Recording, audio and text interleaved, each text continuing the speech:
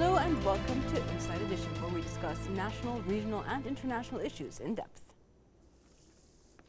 Empowering women to thrive is a vision through which the non-profit corporation Shemsa utilizes high-impact, cost-effective, internationally recognized solutions that help women and communities to improve their conditions on various aspects. It uses its international expertise as well as our cultural familiarity to shape the humanitarian policies and practices in ways that improve the lives of women and girls worldwide. To talk more about Shemsa's social role and ambitious goals, we are pleased to be joined here in the studio by Shemsa's founder and executive director, Mary Justine Todd.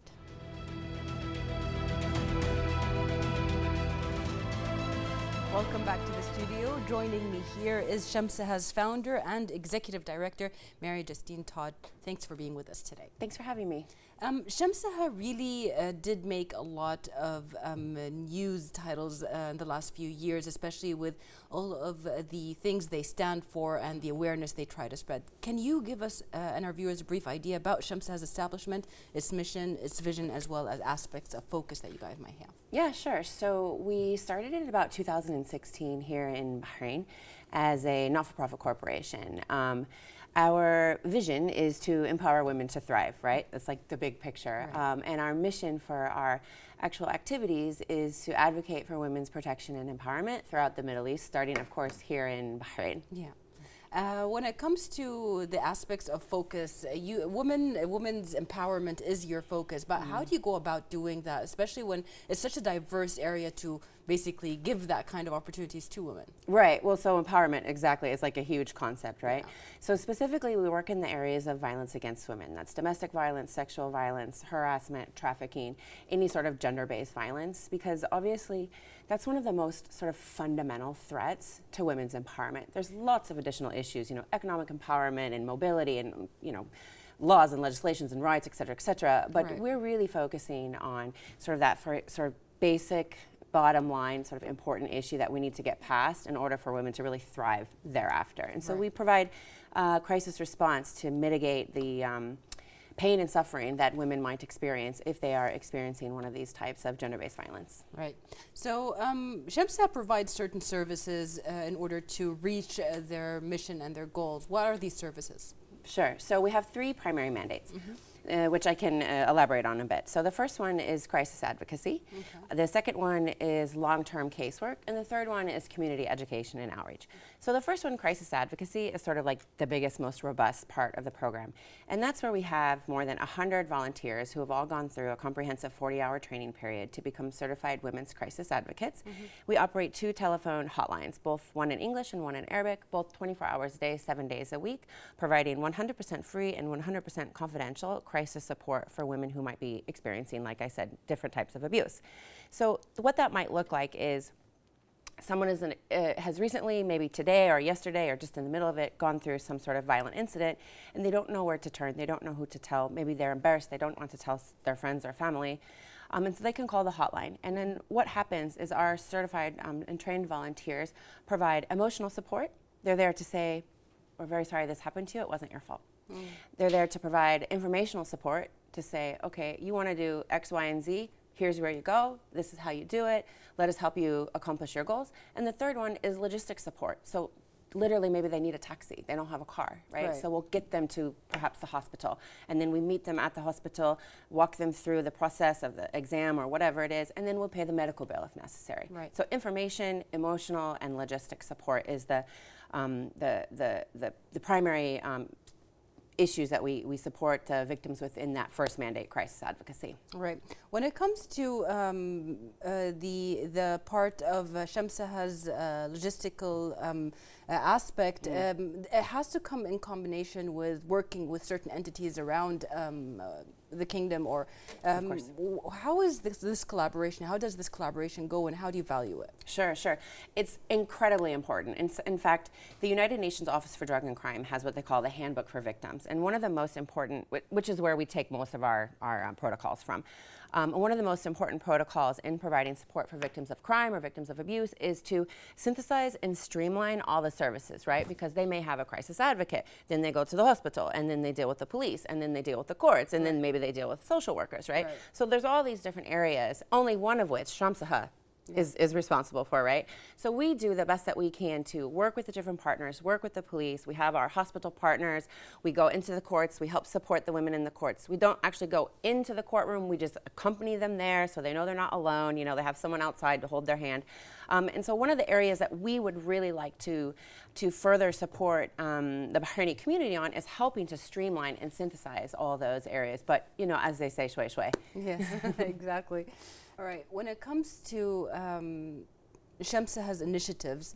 Over the years, they've gotten more, and you guys have even added a lot, not just to your services, but even to the initiatives you aspire to reach to. So can you tell us about these initiatives? Right.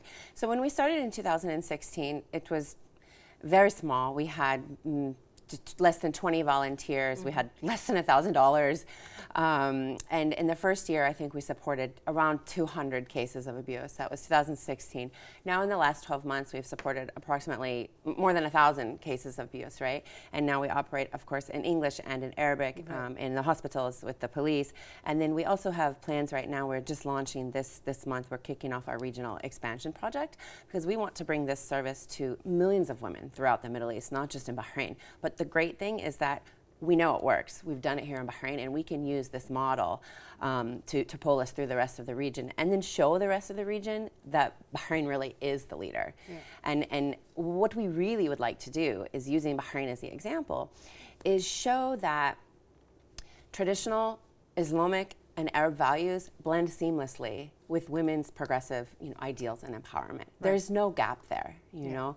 So we want to be able to showcase what Bahrain has done, what Bahrain has supported Shemsa in doing here, to take it to millions of more women throughout the region. Because there are no other, not a single other 24/7 crisis advocacy group in the region. Yeah. In order to talk more about these initiatives, people really need to understand what type of abuse women all around the world do face. It's not just within our region. In the world, there are different types of abuse, whether it is physical abuse, emotional abuse. Can you tell us a little bit about the types of abuse and where people or women basically don't notice their abuse until it's too late at some point? Right, sure. So that's a good point. The point about sort of being confused and not being able to recognize what you're going through might be abuse, which brings me to an important tenet that I would like to say before answering your questions. One of the most important tenets of crisis advocacy is we never, ever give advice. You might think, well, if you don't give advice, what do you do? But we only give information, right? We will help a woman to understand what she's experiencing, understand what she's feeling, understand maybe where her priorities are, but we will never tell her what she should do, because that further disempowers her, just like a perpetrator might, right? What we always try to emphasize as well, that, this is definitely not a Bahraini problem. This is a world problem. Khalas, I just happen to be here in Bahrain, and it's something that I knew how to do, you know? So on average, the World Health Organization estimates that approximately 1 in 3 women will experience abuse at some point in their life. And those numbers vary just very slightly from Northern Europe to the United States to the Middle East region. They call this the Eastern Mediterranean region. There's really no difference. The only difference here that we found is in the response services, and that's what we're trying to build here, the response services. So the types of abuse can be, domestic violence within the home, intimate partner violence between a husband and wife, ex-husband, ex-wife. Talking about these things is relatively new.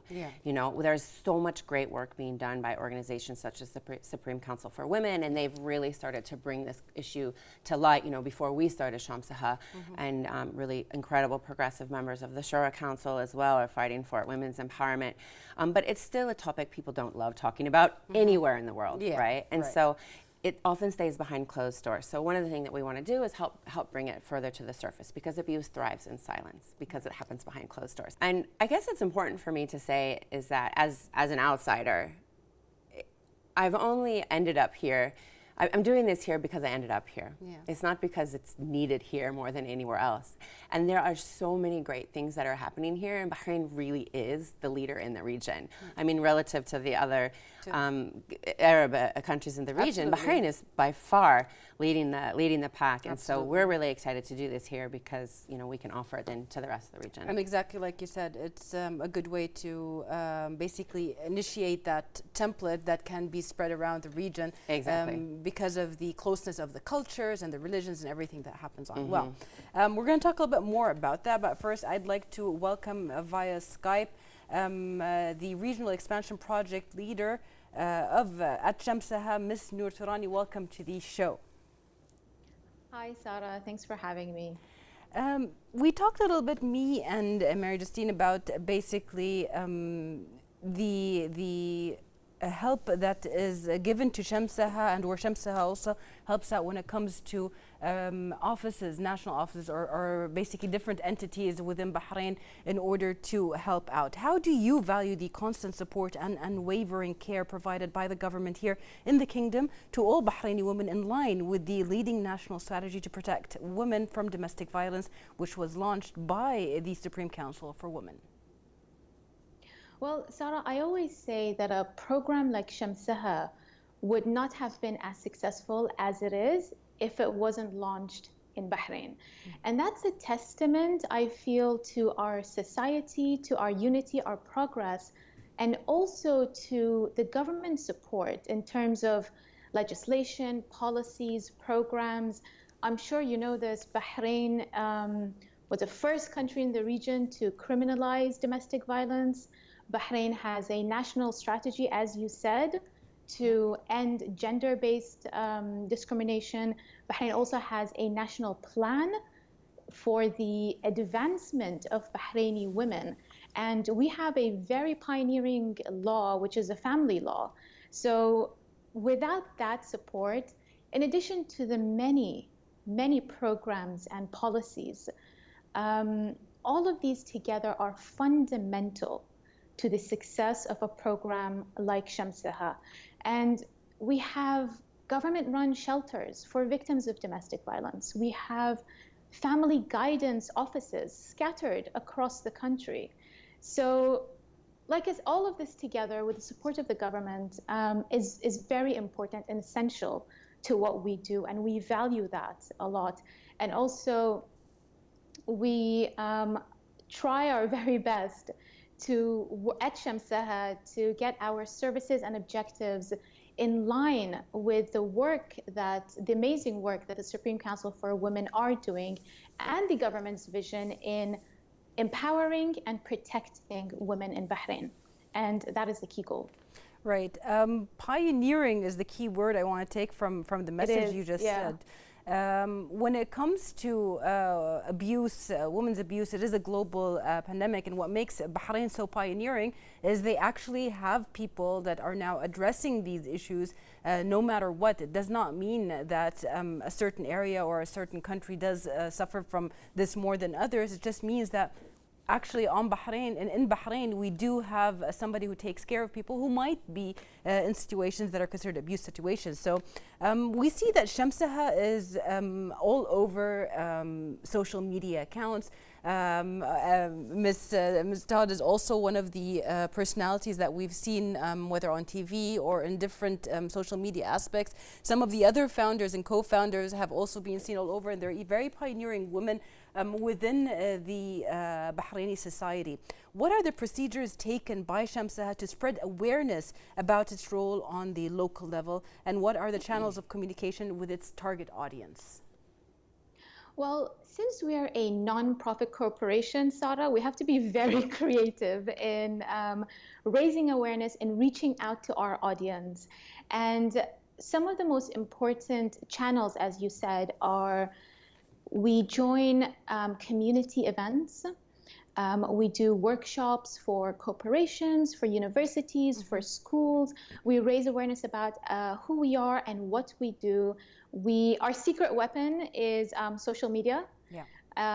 As a nonprofit, so we are very much active there, and that is one of our key channels to raise awareness, to reach out, because at the end of the day, the more people we reach out to, the more awareness we raise, the more women we support, and that is ultimately our key objective and target.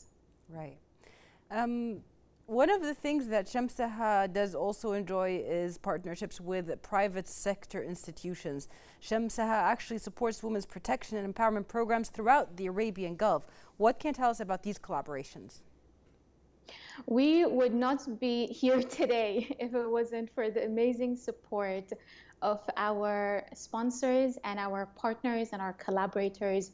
We have a very, very long list of people who are just amazing and who give so much to the objectives of Shemsa and help us do what we do. Some of the collaborators that we are currently working on are the Yusuf and Aisha Al Muayyad charity. They're sponsoring our Shine program. Our new Shine Center is, it provides long-term empowerment and skills development to women. We also have, we're working actually with a major local corporation, banking corporation. Hopefully, inshallah, will be announced very soon, but they are also sponsoring one of our newest projects. I believe Mary Justine will speak about that. It's the Entrepreneurship and Microfinance Project. And of course, one of our most valued partner at the moment and always is the Harbor Gate at Bahrain Financial Harbor. They're sponsoring our office. And it's great to talk about all our partnerships and our collaborators, but there's one more segment, Sarah, that I'd really like to highlight, and that's our volunteers. They are our most important and essential collaborators, because without them, we can't do anything. I mean, we can gather corporate sponsorships from today until infinity, but without the people on the ground actually doing the work, answering the phone calls, going to the police station, like Mary Justine said, going to courts, going to hospitals, we would not be here. So our biggest and most important collaborators are our volunteers, because at the end of the day, they dedicate 12 hours a day to us, away from their families, away from their loved ones. Yeah. Well, when we come and we talk about all of these aspects that you point out, I mean, volunteers are very important in the sense of them giving their time and giving themselves to this cause. But I also want to highlight your roles as well. I mean, not just Ms. Todd and yours, but Mr. Rani, what can you tell us about the training you give to the volunteers in order for them to be sitting behind those telephones and to give all that they have in order to help? Our training is very well curated by our team, and we take them, before they even step onto the field, we take them from A to Z. What can they do? What can they not? How to deal with a victim of abuse? What different scenarios they could face? Obviously, Sarah, we cannot predict anything that could happen. And as you know, every case is different. But the essential thing is that we try to prepare our volunteers for everything. So that is one of the main parts of our training. We go through policies, and we really just try to prepare them as much as we can, and for them to understand, and this is important, to understand why they're doing this, why it's important to be at the end of that phone call when somebody calls and they have nowhere else to go. Can you imagine calling a complete stranger because you're in a crisis situation? So for these volunteers to be at the end of that call, I feel is really important for them to know how to handle it and to understand why they're doing it, and the importance of supporting another human being in this situation. And that goes to the core of what volunteering and what we're doing at this nonprofit. It's being human to one another and supporting each other. Yes, absolutely. Before I end my segment with you, Inside Edition is basically there for the awareness of people when it comes to different aspects that involve national, regional, or international issues, things that pertain to Bahrain, things that are within Bahrain, or things that basically affect Bahrain in some way or another. So from our platform here at Inside Edition, what is the awareness message that you want to get out there from where you are?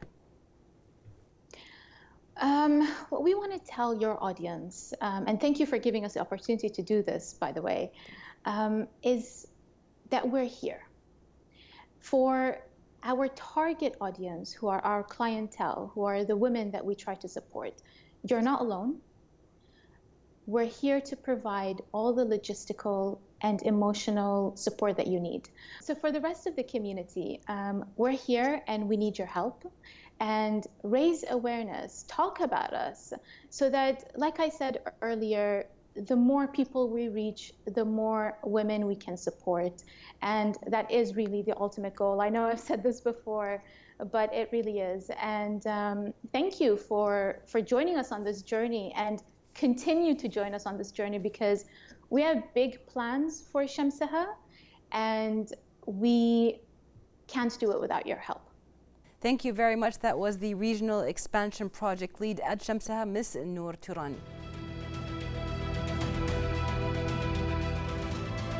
We're back in the studio, and that segment did highlight a lot of pointers when it comes to the collaborations that Shemsa has and, quite frankly, needs in order to support the woman and to basically complete the goals that you have set for yourself. Ms. Mary Justine, in terms of facts and figures, can you tell us more about Shemsa's target audience and to whom its services are actually provided? Sure. So it's pretty simple. The services are for women who've been abused. That's it. Anyone who needs help, we're here. We're here. Just to hammer home on Noor's message, who are we talking to? Do we have a message? The message is, if someone is hurting you, we can help. You're not alone. In terms of facts and figures, I mentioned earlier, when we started in 2016, we supported around 200 cases, and it went up about 100% every year. So now we're up around over 1,000 cases. Of those cases, approximately off the top of my head, about 70% of those are domestic abuse cases, and the rest are a smaller portion of sexual violence, trafficking, severe emotional, psychological abuse, and things like that. Between our two programs, the English and the Arabic, we have more calls on our English line than our Arabic line. About 60% of our cases come through the English line. So like Noor said, we use social media a lot. She called it a secret weapon, and I would like to say it's not really so secret anymore. It's like the number one go-to, you know. I mean, we try to reach everybody. But we're also starting, we're thinking about some sort of more creative ways to reach people. So for example, we've been brainstorming on putting together radio commercials that sound like, for example, they'll sound like a fast food commercial, but they'll actually be speaking in maybe Tagalog or in Urdu, speaking directly to victims. If someone is hurting you, you're not alone, call us today. But if any abuser is listening, they'll just feel like they're hearing a fast food commercial, right? So it's sort of a secret way to reach people in their language. Of course, we don't speak every single language that is spoken here in Bahrain. However, among our group of more than 120 certified volunteers, we speak more than 20 languages. So we guarantee English and Arabic 24/7, but whether you're calling for Tagalog, for Urdu, for Hindi, for Amharic, whatever it is, 9 times out of 10, we can get your language speaker within an hour or so. And just to speak a little bit more about the training, you had asked Noor about it, but just to give you a sense of who these volunteers are. Anybody can volunteer. You have to be a woman over the age of 18. But beyond that, you don't need any special qualifications, because the training is extremely comprehensive, like Noor said, from A to Z. However, we didn't just write this training off the top of our head. This training was based off of the New York State Rape and Violence Crisis Curriculum, and it has been adapted to fit the context of Bahrain. I always joke and say, you know, people a lot smarter than me did the thinking and researching and writing of this program, and it was monitored by New York State. And then I just took it and adapted it to fit this context. And then whenever we make those adaptations, then we align it with, like I said, with UNCHR, the UN Office for Drug and Crime Handbook for Victims, to make sure that it is always trauma-focused, victim-centered, most progressive 21st century care. You know? Because I think there's this misconception among society that, you know, mashallah, this is beautiful, this is so great, you know, you're doing such good work. This is not actually just out of the kindness of our heart. Yes, it is because of the kindness in our heart, but it is deeply professional and thoughtful, and we take it very seriously. Yes. You know, it's not just ideas coming off the top of our head, Right. like it would be nice if we can do this for the Right. women, right? We take it very seriously. We listen to public health professionals, we listen to psychologists, we listen to the medical professionals to make sure that everything that we're providing for victims is really top-notch care, you know, Yes. because these women are vulnerable. Yeah. And when people are vulnerable, they're opened up to exploitation. They're opened up to, you know, harm that you may not expect. So if someone is trying to help a victim and they haven't been trained, they can actually accidentally do more harm than good. Right, When they right. don't realize, you know. Absolutely. So that's one of the reasons we actually also go into hospitals and we train the hospital staffs on how to interact with victims of abuse. We always recommend and suggest universal screening. Right. So anytime you come in with a stomach ache, if we can get the medical professionals to say, okay, and is there anybody in your life at home hurting you? Yeah. No, it's fine. Okay, great. Because what we know from public health research is that only 10% of victims who actually report to a medical institution will report that they've been victimized by, you know, someone in their life. Right. But if they are simply asked one question, is somebody hurting you? That number, 10%, goes up to over 60%. Right. They will report that someone has hurt them. So, like I said, we try to teach medical professionals and authorities how to interact and provide the most top-of-the-line care, how to know how to not alienate them or put them in further danger. Yeah, I mean, having said that, it's really important to point out to viewers that people, women, anybody who has been abused is in such a state where they cannot usually make decisions, and that's why they are in that position. And just having someone ask a simple question like, how are you, how can I help you, really brings their guard down and brings them to the same level where they can basically express what they feel like and see if it's safe, and then tap on that and you go further from that. And Shemsa deals with cooperations in various regional and global institutions. You've mentioned the aspect or the origin of your volunteering program, but what is the importance of having different institutions in order to get to your goal at the end? Sure.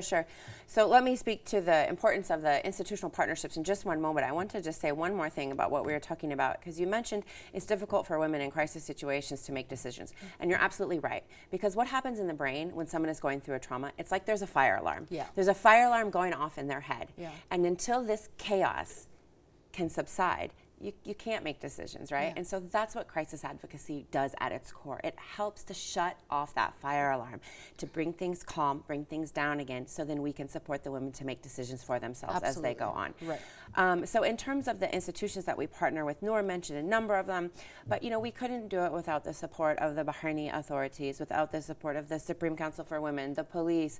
We've just had such amazing interactions with the police stations, different police stations around Bahrain.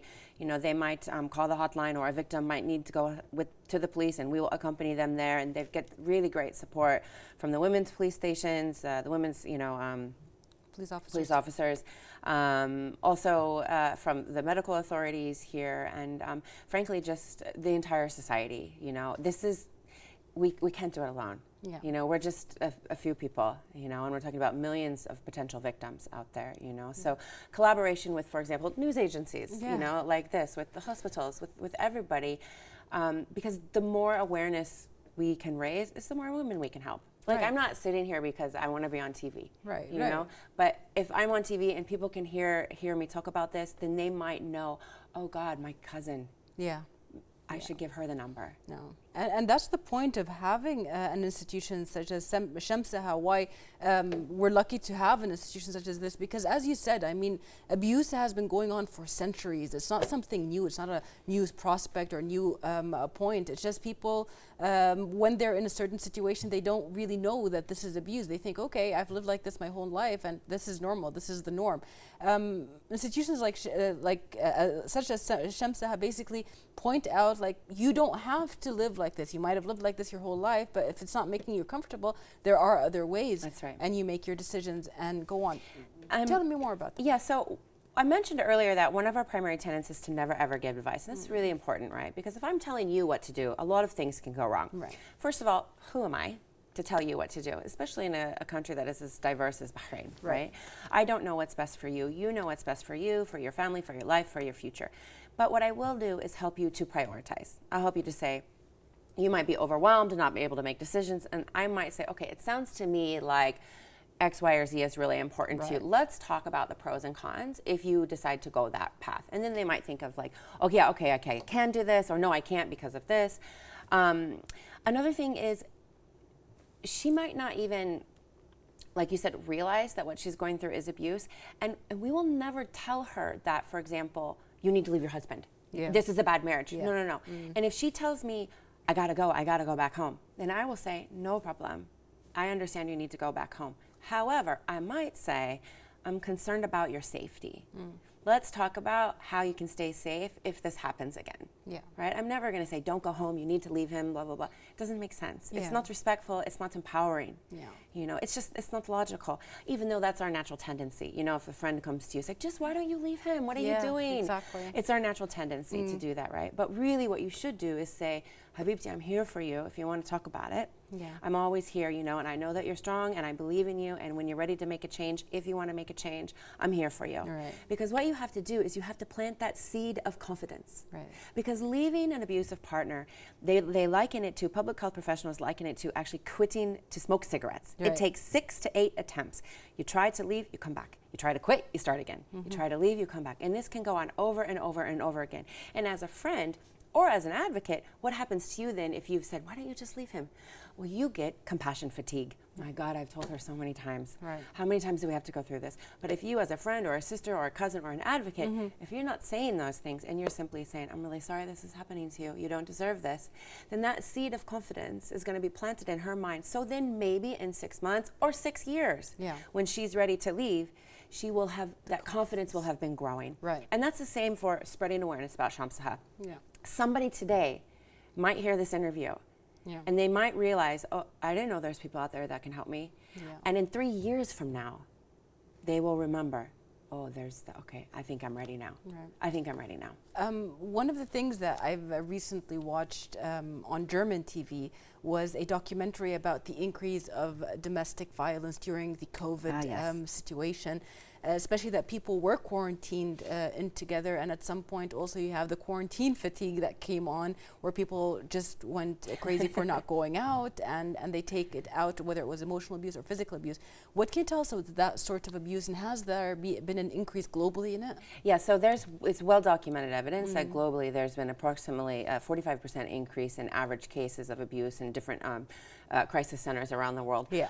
In Bahrain, what we have found is we took an average of 3 months before March of last year and 3 months after March, which was the onset of the COVID restrictions, and we saw a 41% increase in cases, as a matter of fact. So there is a clear and direct connection for a number of reasons. Like you said, there's psychological stress, there's resource constraints, people are upset, people are worried, people can't escape. Yeah. You know, before, if you maybe were abused infrequently and you got to go to work every day and you get out of the house and you're picking the kids up from school, there's perhaps less opportunities. Right. But now everybody's stuck at home, and if you're already living in an abusive situation, you can be sure that abuse would have escalated. Yeah, exactly.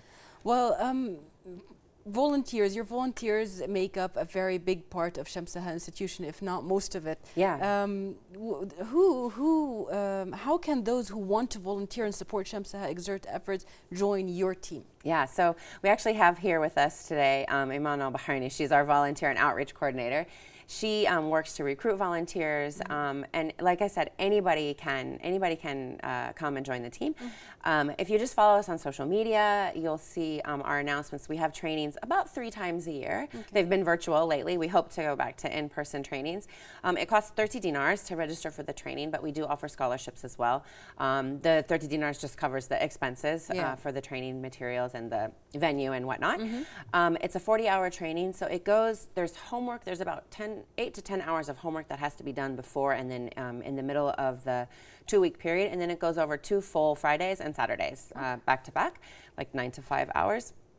And so if you go to our website, you can, I think there's a a link to just register for the training. You fill out the form, and then when our next training is scheduled, like I said, about 3 times a year, our volunteer coordinator will reach out to anyone who has applied, and then they'll have a short interview, make sure they sort of understand what they're getting into, because it is a big commitment. We ask for a minimum of 6 months commitment, and in order to be a volunteer, you also have to commit to taking a 24 hours of volunteer duty per month. So our shifts go in 12-hour increments. So there's 4 shifts a day: morning Arabic, morning English, and evening Arabic, evening English, and that's from 6 a.m. to 6 p.m. and then again overnight. So you have to be willing to really commit your time. You have the hotline phone with you. You have to be ready, available. You have to be in Bahrain. You have to, if you're picking your kids up from school, you have to be ready to pull over, answer the phone. You have to be in a quiet environment. You have to take it seriously. So it is a big commitment, but inshallah, you know, there's a big reward for both the volunteers and the victims as well. Definitely. How does Shemsa assess its success, and what are the procedures taken to ensure the constant progress of the work? Sure. So we do a number of client and volunteer like satisfaction surveys. We make sure that volunteers and clients alike are feeling like it's a good experience, like they're having a good experience. And then, of course, we've got feedback forms. And so if ever there's a bad experience that a victim might have, which is possible because we make mistakes, everybody makes mistakes, we really take it seriously, and we want to know exactly what happened, so we can, maybe we need to give a bit further training to the volunteer, or maybe it was a miscommunication, maybe we didn't set appropriate expectations or something like that. So whenever we receive negative feedback, we do our absolute best to correct it immediately and take accountability and responsibility if we made mistakes. Otherwise, we also always try to set accurate and realistic expectations. You know, so if someone calls and says, you know, they're being abused or whatever, they need, you know, 600 dinars to pay their rent. Well, we can't do that. You know, so we always say upfront what we are able and what we are not able to do.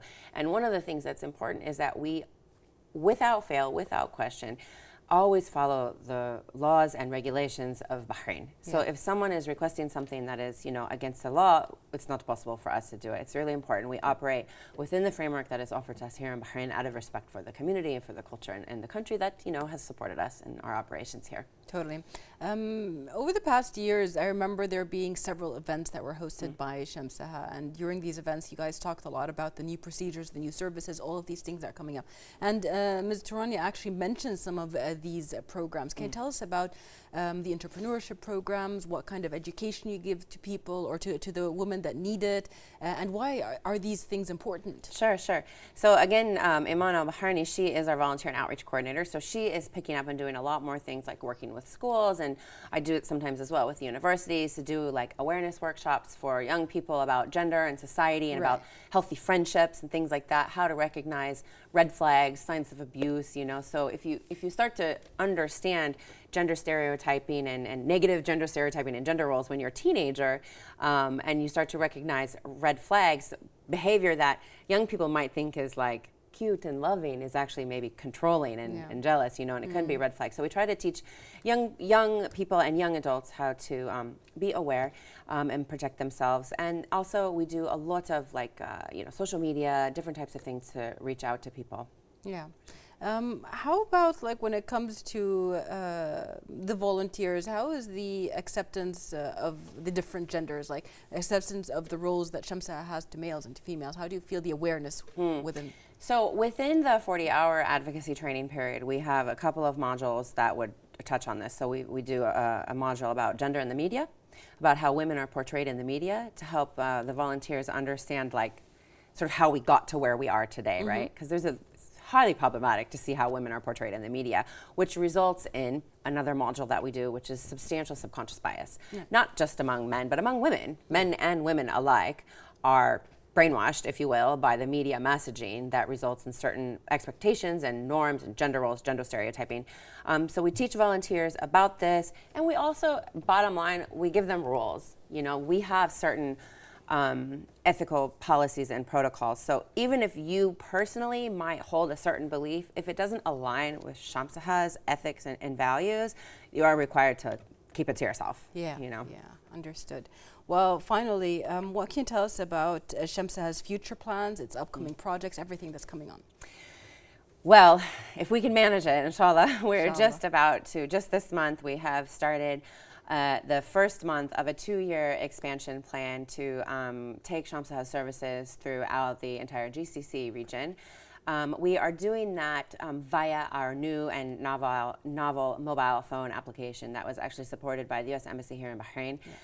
So we are just, alhamdulillah, almost finished.